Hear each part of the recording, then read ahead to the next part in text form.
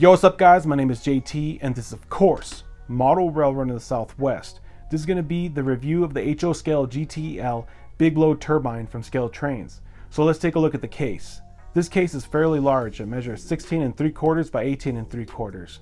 This is a very nice looking case. It looks like it's either wrapped in faux leather or real leather.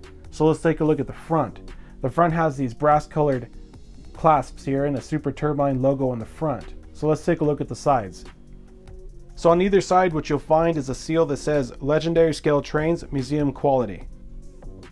On the back of the case, what you'll find is a sticker that's specific to the model that you ordered. So this one is a DCC sound with lock sound, and this is the Utah State Railroad Museum edition. So this is number 26. So let's pop this case open and see what we find.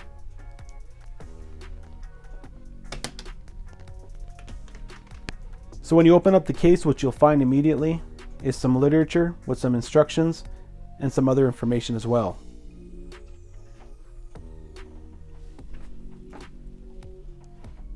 So let's flip through this literature. What you'll find is a warranty policy, some maintenance information, a brief history, and some instructions for DCC and some other items.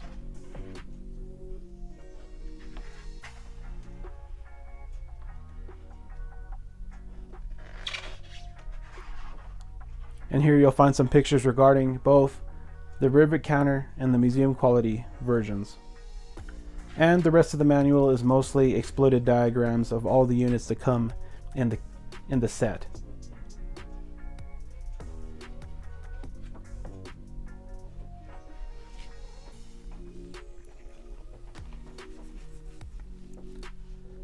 So what you'll find is the A unit, B unit, and the tender, and these are packed in here very nicely. They're not going to go anywhere if you decide to transport this case anywhere. Here you'll find this pin here. It's a museum quality pin.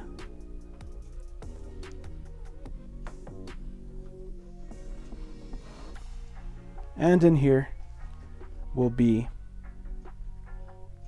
the ScaleTrains magnifying glass, and it also has an LED light.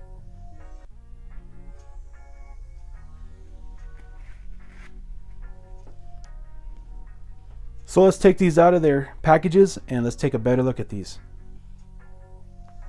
So let's take a look at these. Like I said before, it's a 3-piece set.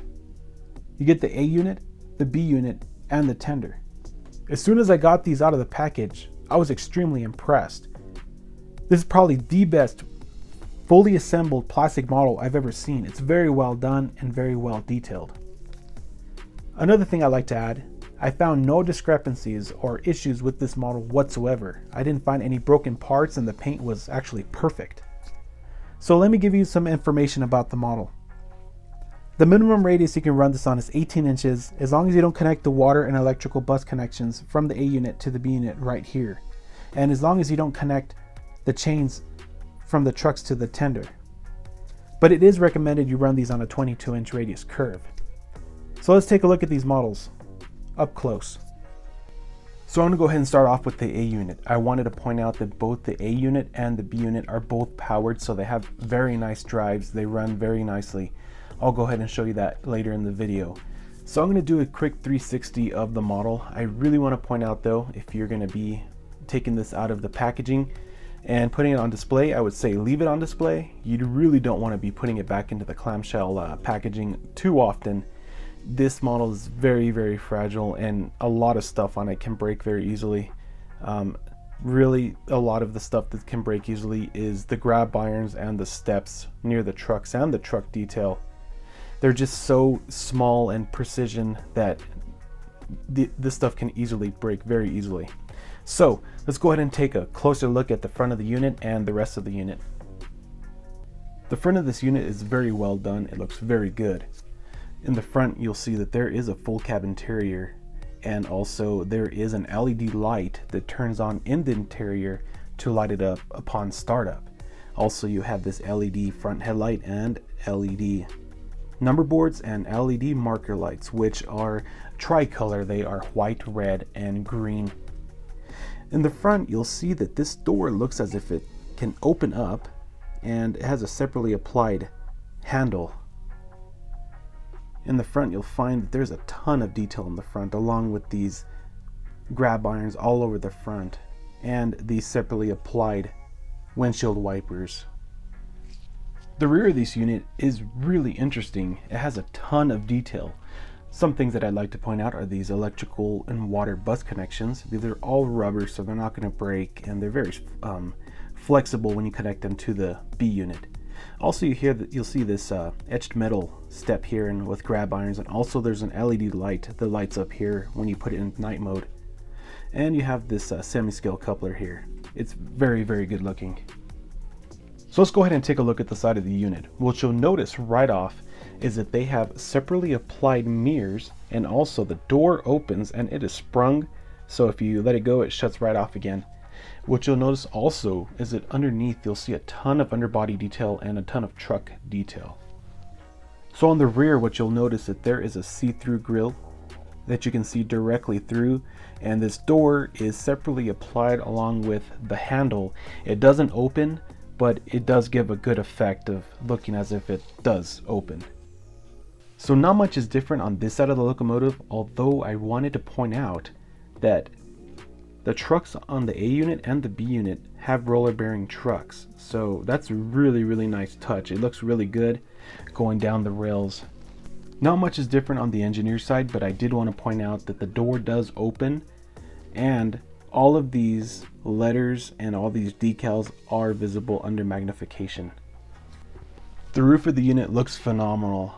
These lift lugs look really good. Also, all of these etched metal grills just really put this model over the top.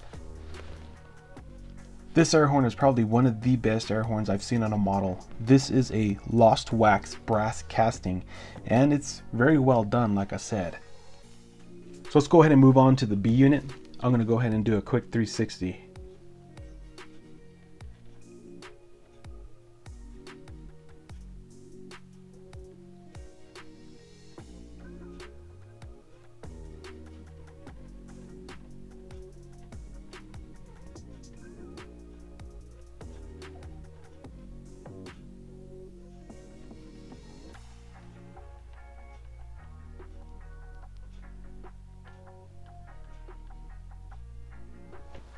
Let's go ahead and take a look at the details on this model.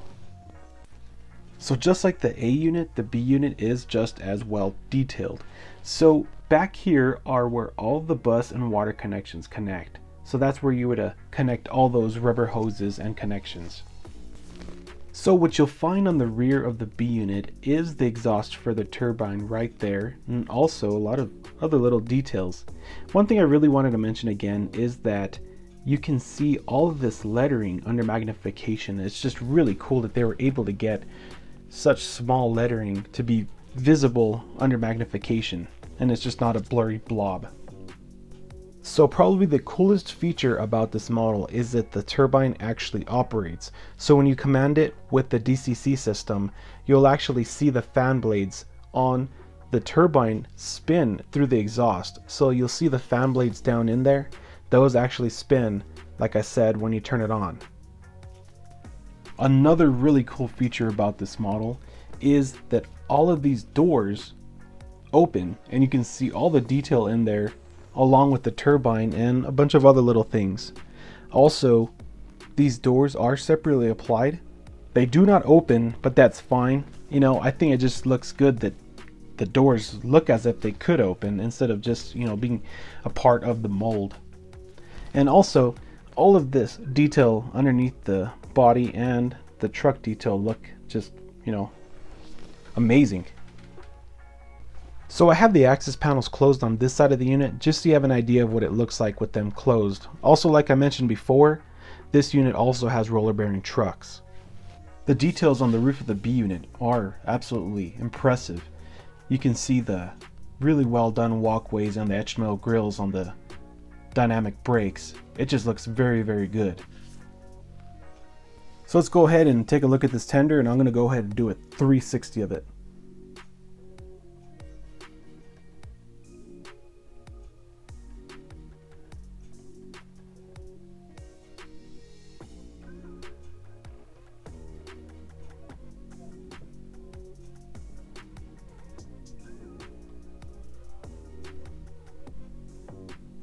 So let's take a closer look at those details. So here what you'll find is separately applied brake wheel, semi-scale coupler, and a bunch of connections. So let's take a look at the back of the tender. What you'll find is this rear light, and this thing is freaking bright. It is LED, and let me tell you, that thing will light up everything.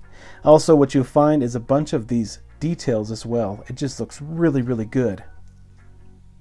The side of the tender looks pretty good, although there's really not much to point out. There is a ton of detail underneath the body and also a lot of truck detail along with the springs. And I will point out that there are those chains that you can attach to the trucks if you would like. Although you would have to have at least 22-inch radius track to attach those. This is the other side of the tender, and same goes for the other side. A ton of detail and those chains.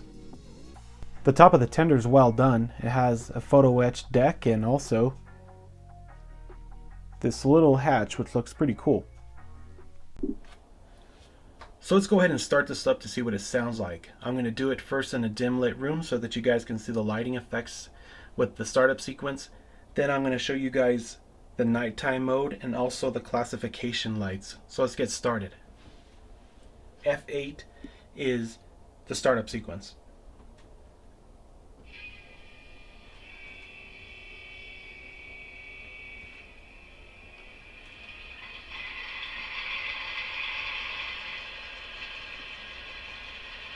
F0 is headlight.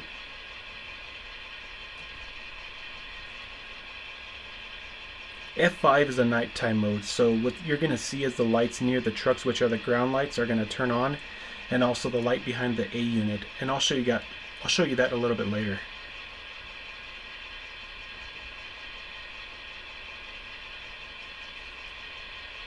The next is the class lights, which are going to be white, red, and green.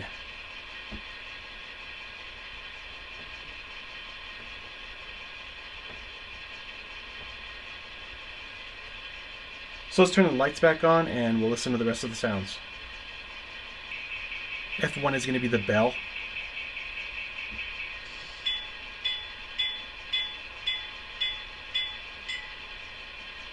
F2 is the horn.